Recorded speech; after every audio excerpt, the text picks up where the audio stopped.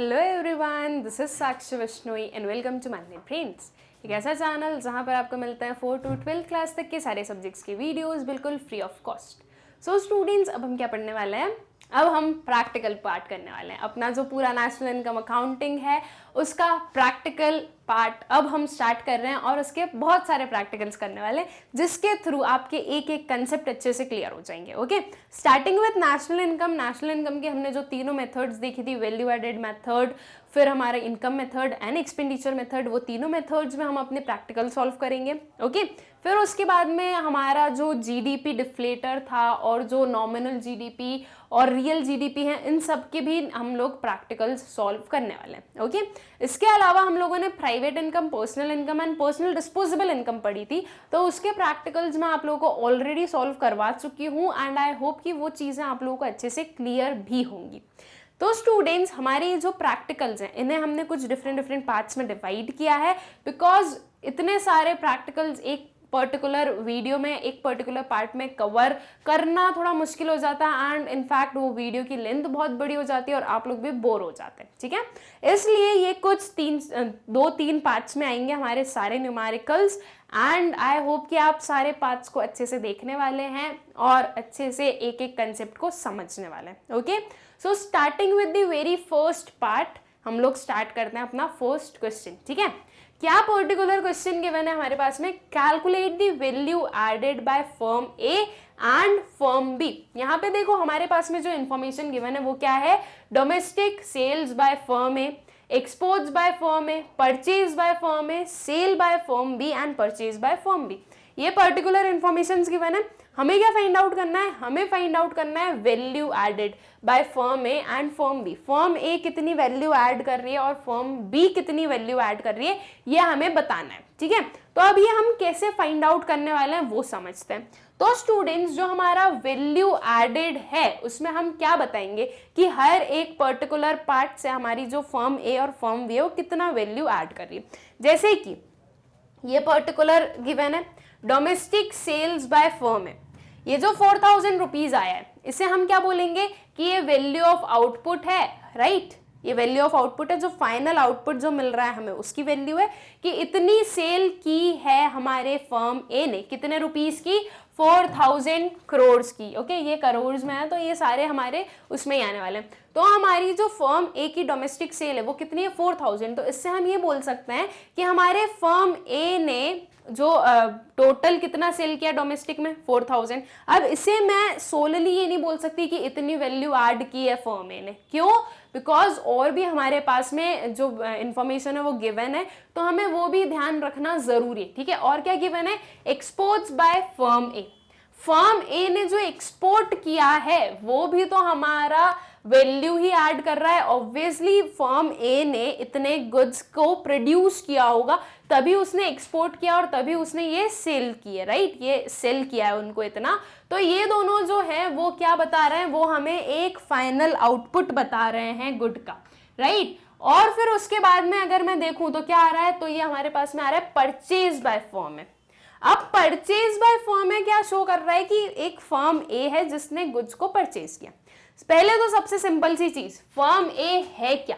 Firm ए एक firm है जो कि मैन्युफैक्चरिंग करती होगी, तभी तो वो ये सारी सेलिंग कर रही है। राइट, तो यहाँ पर हमें सेल्स पता चल गई कि डोमेस्टिक में कितना सेल किया है और जो हमारा अब्रॉड दैट इज जो एक्सपोर्ट्स है वो कितने के फर्म ए ने। इसका मतलब हम ये बोल सकते हैं कि इन टोटल इतने गुड्स का प्रोडक्शन किया, हम ये मान रहे हैं। ठीक है, कि इतने गुड्स का प्रोडक्शन किया हमारी फर्म ए ने। अब उसमें से स्टूडेंट्स फर्म ए ने परचेज कितना किया? 200 रुपीज का, 200 करोड़ का। ठीक है, तो ये जो 200 करोड़ का उसने परचेज किया है वो क्या होगा? इसका रॉ मटेरियल्स होगा। ऑब्वियसली रॉ मटेरियल्स ही होगा, या फिर रॉ मटेरियल्स की जगह पे एक अच्छा सा वर्ड मैं यूज करूं, क्या होगा वो? Intermediate consumption. Right, intermediate consumption हम क्यों बोल रहे हैं? क्योंकि हमें पता है कि फर्म ए जो है वो एक मैन्युफैक्चरिंग कंपनी है, ठीक है, वो सेलिंग कर रही है, तो वो परचेज क्यों करेगी? उसका परचेज करने का एक सिंपल सा रीजन ये होगा कि उसे परचेज करके और फर्दर जो हमारी प्रोडक्शन प्रोसेस है उसमें उन पर्टिकुलर गुड्स का यूज आने वाला है, इसलिए जो हमारी फर्म ए है वो परचेजिंग कर रही है, ठीक है।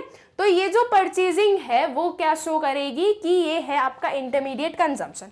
वैल्यू एडेड का जो फॉर्मूला होता है वो क्या होता है, ये आप लोगों को याद होना चाहिए, ठीक है। वैल्यू एडेड का जो फॉर्मूला होता है वो होता है आपका value of output minus intermediate consumption. अब वैल्यू ऑफ आउटपुट तो हमारे पास में गिवन नहीं है, लेकिन हमें पता है कि ये पर्टिकुलर जो है इतने का सेलिंग की गई है बाय फर्म ए, तो हम क्या मान सकते हैं कि ये दोनों जो है वो हमारी जो पूरी फर्म ए है उसका आउटपुट होगा, ठीक है। तो इसमें से हम इंटरमीडिएट कंजम्पशन माइनस कर देंगे तो हमें क्या मिल जाएगा, हमें मिल जाएगा value added by firm A, ठीक है। तो चलिए देखते हैं कि फर्म ए की वैल्यू एडेड कितनी है। Value added by firm A is equals to domestic sales by firm A plus exports by firm A minus purchase by firm A, ठीक है। तो ये तीनों हमने अपने फॉर्मूले के अकॉर्डिंग एडजस्ट कर दी, तो ये हमने क्या लिखा, 5000 प्लस 1000 माइनस 200। तो ये कितना आ गया स्टूडेंट्स, सॉरी 4000 प्लस 1000, सो 4000 प्लस 1000 कितना आ गया, ये आ गया हमारा 5000 और इसमें से माइनस क्या 200, तो ये कितना हो गया, ये हो गया हमारा 4800 करोड़, ठीक है। तो जो आपकी total value added by firm A है वो कितनी आ गई, वो आ गई हमारी 4800 करोड़ की, ठीक है। अब हमने पूरा हमारा जो फर्स्ट वाला कैलकुलेशन था वो हमने कर लिया। अब हमें फर्म बी की भी वैल्यू एडेड बतानी है, तो जैसे हमने फर्म ए की फाइंड आउट की सेम वे में हम क्या करेंगे, फर्म बी की भी फाइंड आउट कर लेंगे, ठीक है। तो यहाँ पे हमें क्या देखने को मिल रहा है, sales by firm A, sorry firm B, जो फर्म बी की सेल्स है वो गिवन है कि इतना जो है हमारा फर्म बी सेल कर रहा है। उसके बाद में purchase by firm be given है, तो फर्म बी भी किस रीजन से परचेज करेगा, क्योंकि उसे वो प्रोडक्शन में हेल्प कर रहे होंगे जो भी उसने पर्टिकुलर गुड्स या सर्विसेज को परचेज किया है, राइट। तो इसका मतलब कि ये हो गया क्या, इंटरमीडिएट कंजम्पशन। तो हम क्या कर देंगे, इस 1300 को माइनस कर देंगे जो टोटल सेलिंग हुई है उससे, दैट मीन्स 2940 में से हम क्या माइनस कर देंगे, 1300 माइनस कर देंगे, ओके। तो हमारा क्या आ जाएगा, value added by firm B आ जाएगा, ठीक। तो क्या पर्टिकुलर हमारा आंसर होने वाला है हम वो देखते हैं। Value added by firm B is equals to sales by firm B minus purchase by firm B. ये कितना हुआ, 2940 माइनस 1300, दैट इज ये आ गया हमारा 1640 करोड़, ठीक है। ये आ गई हमारी value added by firm B. बहुत ही इजी सा क्वेश्चन था, सब कुछ गिवन था, बस क्या लगाना था, थोड़ा सा लॉजिक समझना था कि अच्छा ठीक है वैल्यू एडेड बाय फर्म है और फर्म भी निकालना है, तो हम कैसे निकाल सकते हैं, हमें पता है वैल्यू एडेड का फॉर्मूला क्या होता है, value of output minus intermediate consumption. Value of output जो है वो कैसे मिल जाएगी, जितनी भी सेलिंग हुई है वो सारी वैल्यू ऑफ आउटपुट हो गई, और जो आपका परचेजिंग थी वो आपका इंटरमीडिएट कंजम्पशन हो गया, ठीक है। आई होप स्टूडेंट्स की ये पर्टिकुलर क्वेश्चन आप लोगों को अच्छे से क्लियर होगा। फिर चलते हैं हमारे नेक्स्ट क्वेश्चन पर।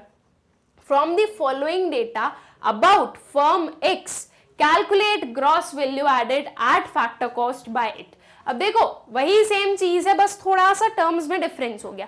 हमें फर्स्ट क्वेश्चन में बोला था कि आपको वैल्यू एडेड बताना है, अब हमें इस क्वेश्चन में क्या बोल रहे हैं, ग्रॉस वैल्यू एडेड बताओ आप एट फैक्टर कॉस्ट। तो स्टूडेंट्स आप लोगों को अच्छे से ध्यान होना चाहिए, याद होना चाहिए ये चीज कि वैल्यू एडेड मेथड से हमें कौन सा एग्रीगेट मिलता है, हमें मिलता है GVA एट MP, राइट। मतलब कि gross value added at market price, हमें वैल्यू एडेड मेथड का जो फॉर्मूला होता है that is value of output minus intermediate consumption वाला, उसके थ्रू हमें GVA एट MP मिलता है। अब हमें फाइंड आउट करना है gross value added at factor cost, that means हमें क्या फाइंड आउट करना है, हमें फाइंड आउट करना है GVA एट FC, ठीक है। इजी है ना फाइंड आउट करना, हमें पता है ऐसे कैसे फाइंड आउट करते हैं। तो उसके बाद में दोनों में डिफरेंस क्या आ रहा है, ये MP है ये FC है, तो MP से FC तक जाने के लिए हम क्या करेंगे, माइनस कर देंगे नेट इनडायरेक्ट टैक्सेस को। तो अगर मैं पहले ये फाइंड आउट कर लूँ, इसमें से माइनस कर दूं नेट इनडायरेक्ट टैक्सेस को, तो मेरे पास में आ जाएगा GVA एट FC, ठीक है। तो चलिए देखते हैं कि हमारा GVA एट FC क्या होने वाला है इस पर्टिकुलर इंफॉर्मेशन के थ्रू। अब इसमें हमें ये देखना है कि हमारी जो इंफॉर्मेशन है, जो हमारे पास में पर्टिकुलर डेटा गिवन है वो क्या क्या है। देखो क्या गिवन है, सेल्स गिवन है, उसके बाद में ओपनिंग स्टॉक है, क्लोजिंग स्टॉक है, परचेज ऑफ इंटरमीडिएट प्रोडक्ट्स है, परचेज ऑफ मशीनरी है और सब्सिडी है। ये सारी वैल्यूज गिवन है हमारे पास में।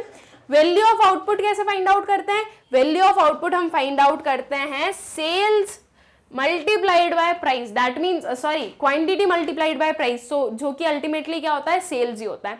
सो वैल्यू ऑफ आउटपुट हमें कैसे मिल गई? सेल्स से मिल गई, right? Sales plus inventory investment, right? ये पर्टिकुलर था हमारा कि चेंज इन स्टॉक को आपको क्या करना होता है? ऐड करना होता है। अब चेंज इन स्टॉक को आप कैसे ऐड करोगे?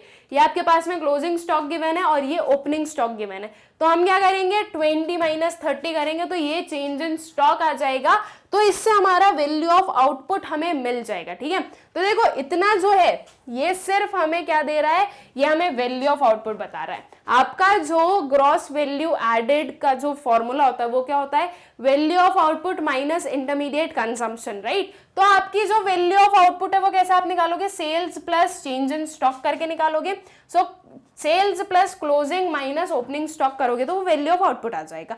फिर उसके बाद में आपको क्या चाहिए? उसके बाद में आपको चाहिए आपका इंटरमीडिएट कंजम्पशन। तो इंटरमीडिएट कंजम्पशन जो है वो देखो यहाँ पर हमें एकदम क्लियरली बोला है परचेज ऑफ इंटरमीडिएट प्रोडक्ट्स, तो यही वो क्या हो जाएगा? यही हो जाएगा हमारा इंटरमीडिएट कंजम्पशन, राइट? तो ये इसे हम 300 को क्या करेंगे? माइनस। अब देखो यहाँ पर एक और टर्म है, कौन सा? Purchase of machinery. Purchase of machinery को हम इंक्लूड नहीं कर रहे हैं। रीजन? बिकॉज ये जो मशीनरी है ये क्या हो गया? ये हो गया इन्वेस्टमेंट, राइट?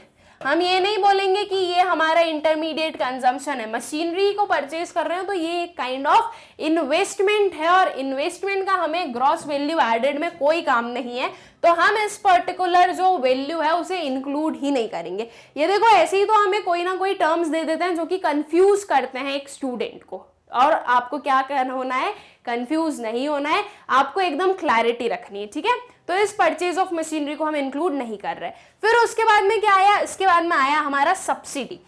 अब देखो हमें पता है स्टूडेंट्स की वैल्यू एडेड मेथड से हमें क्या मिलता है? हमें मिलता है जीवीए एट एमपी। लेकिन हमें क्या कैलकुलेट करने के लिए बोला गया? हमें बोला गया आपको कैलकुलेट करना है जीवीए एट एफसी। तो इसके लिए हम इस पर कैसे जाएंगे? हमें क्या करना पड़ेगा? इसमें से माइनस करना पड़ेगा नेट इनडायरेक्ट टैक्सेस। लेकिन according to this information net indirect taxes given नहीं है। क्या गिवन है? सिर्फ सब्सिडीज गिवन है। और हमें पता है अगर सिर्फ सब्सिडीज गिवन है और वहां पे माइनस करना था तो हम क्या कर देंगे? सब्सिडीज को ऐड कर देंगे, राइट? तो यहां पर आपको GV8 MP में क्या ऐड कर देना है? सब्सिडीज ऐड कर देना है। तो आपका क्या आंसर आ जाएगा? आपका आंसर आ जाएगा GV8 FC। और ये सारी चीजें मैं आप लोगों को ऑलरेडी पढ़ा चुकी हूँ कि कैसे ये कन्वर्जन किया जाता है। इस कन्वर्जन पर भी बेस्ड हमने अपने क्वेश्चन सॉल्व किए हैं, आप लोगों को याद होने चाहिए ये सब कुछ, ठीक है? तो अब यहाँ पर इनडायरेक्ट टैक्सेस नहीं गिवन थे, तो हमने क्या किया? इनडायरेक्ट टैक्सेस को मारी गोली और जो हमारे सब्सिडीज हैं उन्हें ऐड कर दिया, ठीक है? तो इसमें अगर सब्सिडीज ऐड कर दी तो ये आ जाएगा हमारा फैक्टर कॉस्ट पर, ठीक? आई होप कि इन सब का ट्रीटमेंट आप समझ गए हो। अब इसकी हम एक्चुअल में वैल्यू देखते हैं कि क्या आने वाली है। So gross value added at factor cost क्या हुआ? Sale plus closing stock minus opening stock minus purchase of intermediate products plus subsidy. अब हमने डायरेक्टली फैक्टर कॉस्ट पे निकाल रहे हैं, ऐसा नहीं कि हम पहले मार्केट प्राइस पर निकाल रहे हैं फिर उसमें से एक और हम इक्वेशन बनाएंगे और फिर फैक्टर कॉस्ट कर रहे हैं, हमने सब इसी में बता दिया, ठीक है? तो सेल गिवन है हमारे पास में 500 प्लस क्लोजिंग स्टॉक है 20 और ओपनिंग स्टॉक कितना है 30। सो 500 प्लस 20 माइनस 30 माइनस ये जो हमारा इंटरमीडिएट प्रोडक्ट है वो कितना है 300 है और जो सब्सिडी है वो कितनी है? वो है 40, ठीक है? तो अब क्या करा हमने? ये 500 और 40 का एडिशन कर दिया, ये कितना हो गया 540। 20 माइनस 30 कितना हुआ? ये हुआ हमारा -10 और ये हुआ हमारा -300। सो 540 माइनस ये दोनों ऐड हो गए, 540 माइनस 310, आंसर क्या आ गया? आंसर आ गया हमारे पास में 230,000, ठीक है? तो आपका जो gross value added at factor cost है वो कितना आया? वो आया हमारा ₹230,000। ओके, बहुत ही इजी क्वेश्चन था एंड आई होप कि आप लोगों को समझ में भी आ गया कि हमने कैसे कैलकुलेशंस किए, ठीक है? देखो हम भी ना क्या है इजी क्वेश्चन से डिफिकल्ट वन पे जाएंगे ताकि आप लोगों को भी बहुत ज़्यादा ऐसा ना लगे कि पता नहीं ये क्या क्या चीज़ें आ गई है, कुछ समझ में नहीं आ रहा है। इसलिए पहले आप थोड़ा सा कंफर्टेबल हो जाओ क्वेश्चन से, और फिर उसके बाद में हम डिफिकल्ट पर भी जाएंगे, ठीक है। ऐसा नहीं है कि सिर्फ इजी इजी करवाऊंगी मैं हर काइंड ऑफ क्वेश्चन आप लोगों से सॉल्व करवाने वाली हूँ, ओके। फिर आता है calculate value of output from the following data. क्या कैलकुलेट करना है? वैल्यू ऑफ आउटपुट कैलकुलेट करना है। वैल्यू ऑफ आउटपुट क्या होती है ये समझ लो अब जरा। आपका जो वैल्यू एडेड है उसका फॉर्मूला क्या होता है? उसका फॉर्मूला होता है value of output minus intermediate consumption, right. तो अब आपको क्या फाइंड आउट करना है? आपको ये फाइंड आउट करना है वैल्यू ऑफ आउटपुट, ठीक है। तो अब इसे कैसे फाइंड आउट करना है हमें वो देखना है। ये पर्टिकुलर क्या क्या हमारे पास में इंफॉर्मेशन गिवन है वो देखते हैं, ठीक है।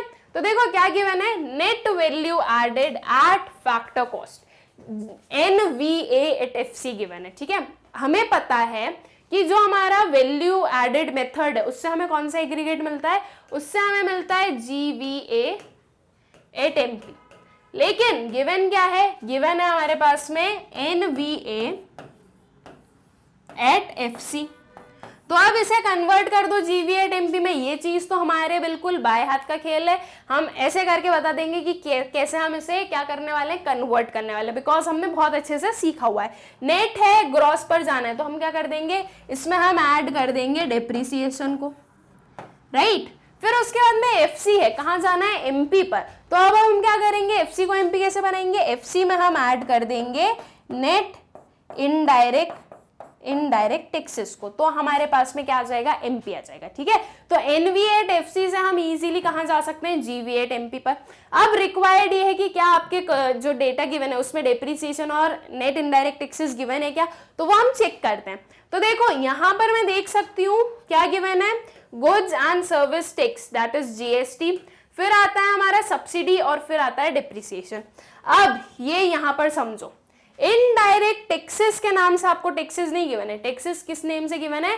Goods and service tax. अब ये जो GST होता है ये भी तो इनडायरेक्ट टैक्स ही होता है, राइट। GST के बारे में अभी तक तो आप लोगों को पता होना चाहिए क्या होता है। सो GST भी तो इनडायरेक्ट टैक्स ही होता है हमारा। तो हमने इनडायरेक्ट टैक्स की जगह पे क्या बोला? GST।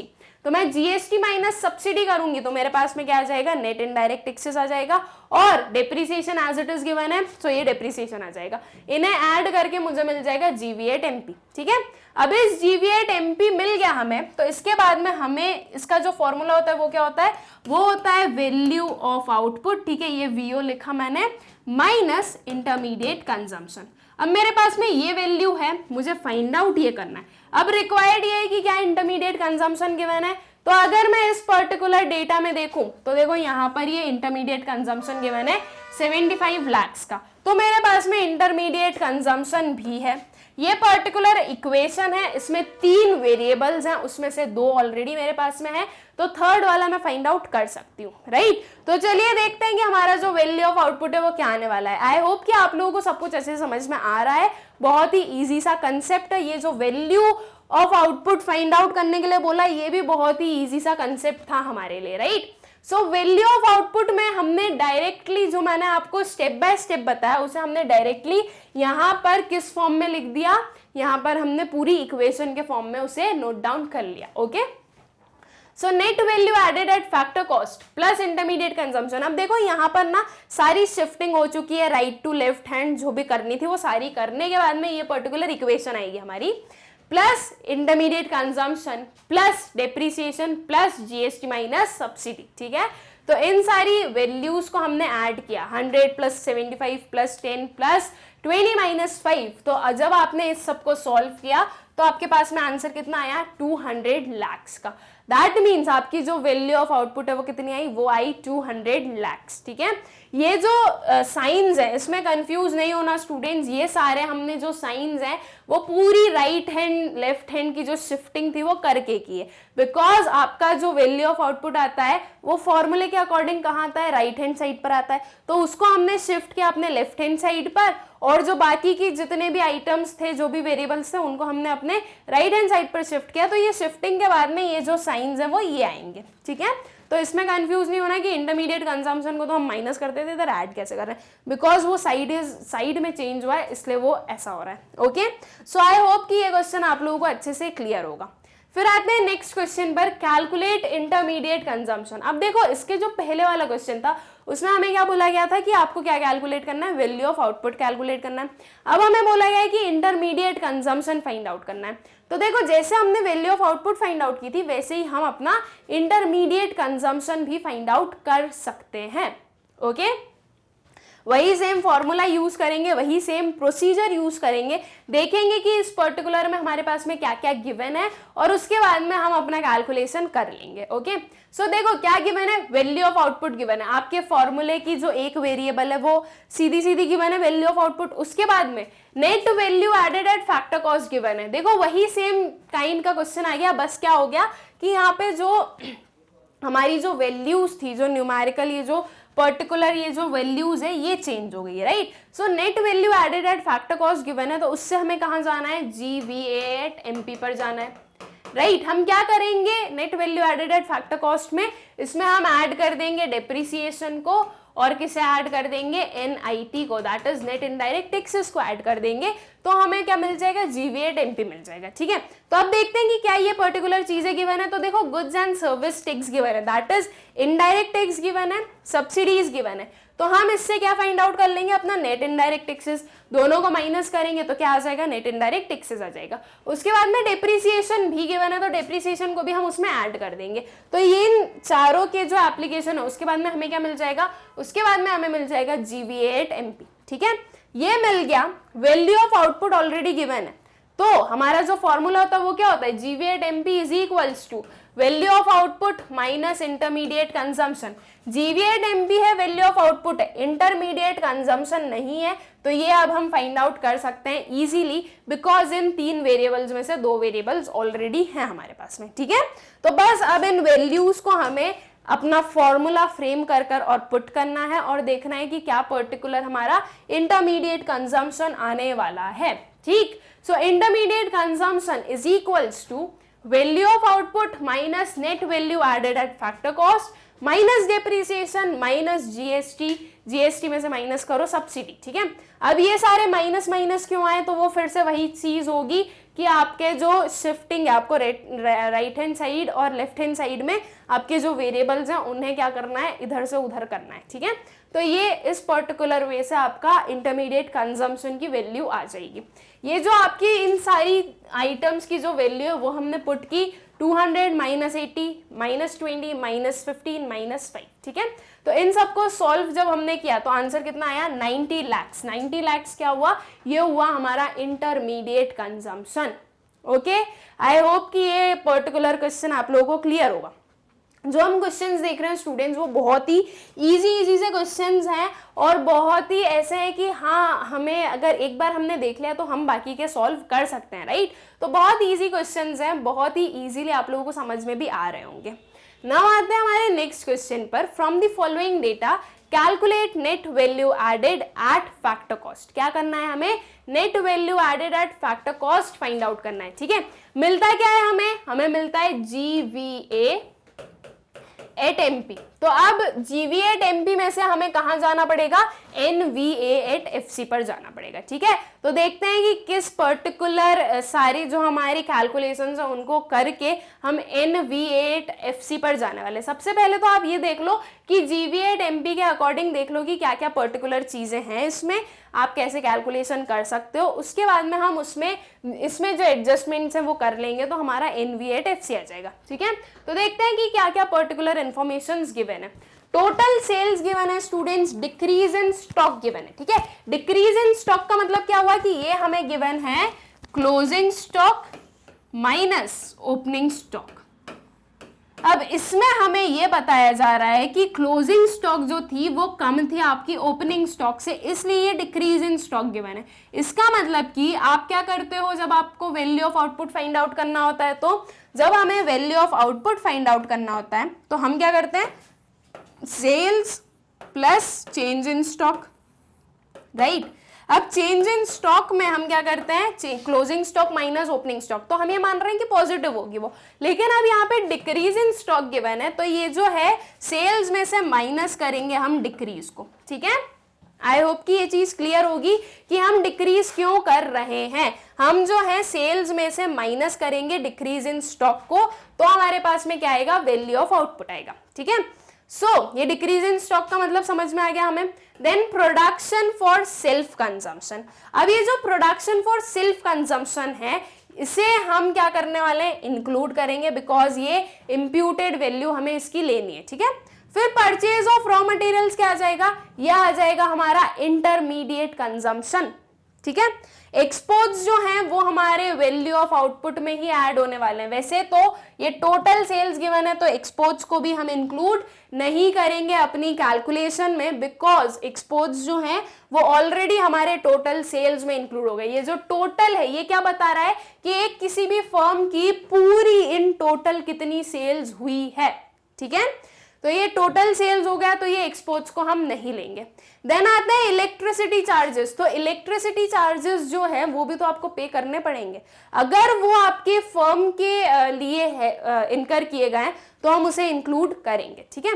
फिर उसके बाद में आता है इनकम टैक्स। इनकम टैक्स कैसा टैक्स है, डायरेक्ट टैक्स है, तो ये टैक्स को हम इंक्लूड नहीं करेंगे अपनी कैलकुलेशन में। फिर क्या आ गया, फिर आ गया हमारा गुड्स एंड सर्विसेज टैक्स, और ये आया हमारा सब्सिडी, राइट। तो गुड्स एंड सर्विसेज टैक्स ये हुए हमारे इनडायरेक्ट टैक्सेस, इसमें से हम माइनस करेंगे सब्सिडीज, तो हमारे पास में आ जाएगा नेट इनडायरेक्ट टैक्सेस, जो कि हमें एमपी से एफसी तक पहुंचाने वाला है, ठीक है। तो चलिए देखते हैं कि अब हमारा जो आंसर है वो क्या आएगा, ठीक है। देखो net value added at factor cost में सबसे पहले हमने क्या लिया, total sales plus production for self consumption minus decrease in stock. ये टोटल सेल्स में एक्सपोर्ट्स भी इंक्लूडेड थे, ये प्रोडक्शन फॉर सेल्फ कंजम्पशन हमें इंप्यूटेड वैल्यू लेनी होती है तो वो हमने इंक्लूड की, माइनस डिक्रीज इन स्टॉक क्यों किया वो मैंने आप लोगों को समझा दिया, बिकॉज यहाँ पे क्लोजिंग स्टॉक कम था, ओपनिंग स्टॉक ज्यादा था, इसलिए ये क्या होगा, माइनस होगा। ये जो इतना पर्टिकुलर आपको रेड के अंदर दिख रहा है ये क्या है, ये हमारा वैल्यू ऑफ आउटपुट।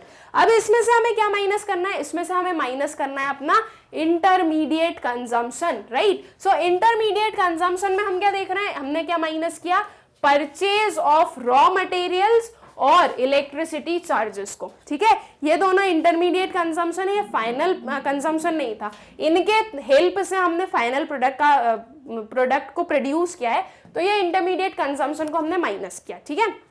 और फिर उसमें से और हमने क्या माइनस किया, GST minus subsidy, that is net indirect taxes जो है वो हमने डिडक्ट किए। रीजन, बिकॉज जीवीएट एमपी हमें मिलता है और हमें फाइंड आउट करना है एनवीएट एफसी, ठीक है। तो एमपी में से हमने माइनस क्या कर दिया, नेट इनडायरेक्ट टैक्सेस, तो वो एफसी आ जाएगा। अब एक और क्वेश्चन ये आएगा कि मैम वो जो हमें जो मिलता इन सारे फॉर्मूले से वो तो हमें ग्रॉस मिलता है, लेकिन हमें फाइंड आउट तो नेट करना है, तो अब हमने डिप्रिसिएशन को माइनस नहीं किया। तो देखो डिप्रिसिएशन जब हमारे क्वेश्चन में गिवन नहीं है तो हमने अज्यूम कर लिया कि डिप्रिसिएशन हमारा 0 होगा, इसलिए यहाँ पर डिप्रिसिएशन का कोई जिक्र नहीं हुआ और हमने डिप्रिसिएशन को 0 मान के उसे एज इट इज ले लिया, ठीक है। मतलब कि उसे 0 ले लिया तो वो कोई इफेक्ट नहीं करेगा। अब इन सारे जो आइटम्स हैं इनकी जो पर्टिकुलर वैल्यूज थी वो हमने पुट की, तो ये सारी हमारी वैल्यूज आई 1000 प्लस 120 माइनस 70 माइनस 300 माइनस 50 और ये सब कुछ, ठीक है। इसे सॉल्व करके क्या आया, इसे सॉल्व करके जो आंसर आया वो है हमारा 670 करोड़, जो कि क्या हुई हमारी net value added at factor cost. Okay, I hope students कि ये क्वेश्चन भी आप लोगों को क्लियर होगा। यहाँ पे एक न्यू चीज ये हो गई कि टोटल सेल्स गिवन था और एक्सपोर्ट्स अलग अलग गिवन थे, तो वो हमने समझा कि कैसे उसे ट्रीट करना है। और उसके साथ साथ में अगर ग्रॉस हमारा आंसर आता और डिप्रिसिएशन नहीं दिया तो हम नेट पे कैसे पहुंचेंगे, ये चीज हमने समझी। ठीक, आई होप कि ये आप लोगों को क्लियर होगी। नाउ स्टूडेंट्स, हमने ये कुछ क्वेश्चंस देखे थे, कुछ ही देखे थे, अभी और देखना है, ठीक है। ये हमारा पार्ट 1 था, पार्ट 2, 3 भी आएंगे, बहुत सारे क्वेश्चंस करेंगे और ये बहुत ही इजी वाले क्वेश्चंस थे एंड आई होप कि आप लोगों को क्लियर भी होंगे। इनमें तो एटलीस्ट कोई भी डाउट्स नहीं होने चाहिए, एकदम बेसिक क्वेश्चंस थे ये।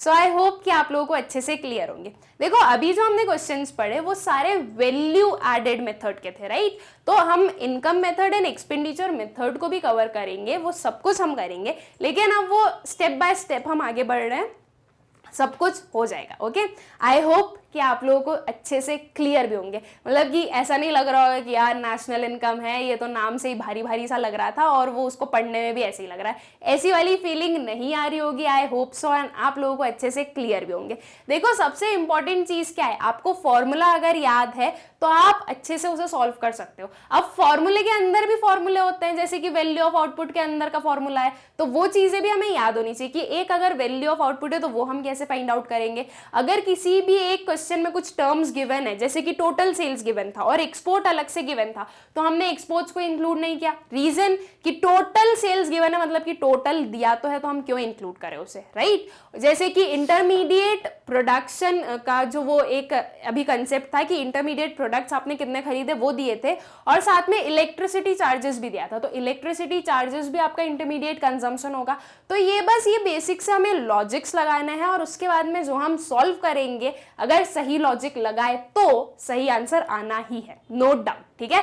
तो करना क्या है, सही लॉजिक लगाना है और जो आपके फॉर्मूले हैं उन्हें अच्छे से याद करना है, और ज्यादा से ज्यादा प्रैक्टिस करना है। प्रैक्टिस करोगे तभी तो आपके लॉजिक सही लगेंगे और तभी आपको आपके जो फॉर्मूलेज हैं वो अच्छे से याद होने वाले हैं, ठीक है। तो मिलते हैं अपने पार्ट 2, इसी हमारे प्रैक्टिकल्स के ही पार्ट 2 में अपने नेक्स्ट वीडियो में। ओके।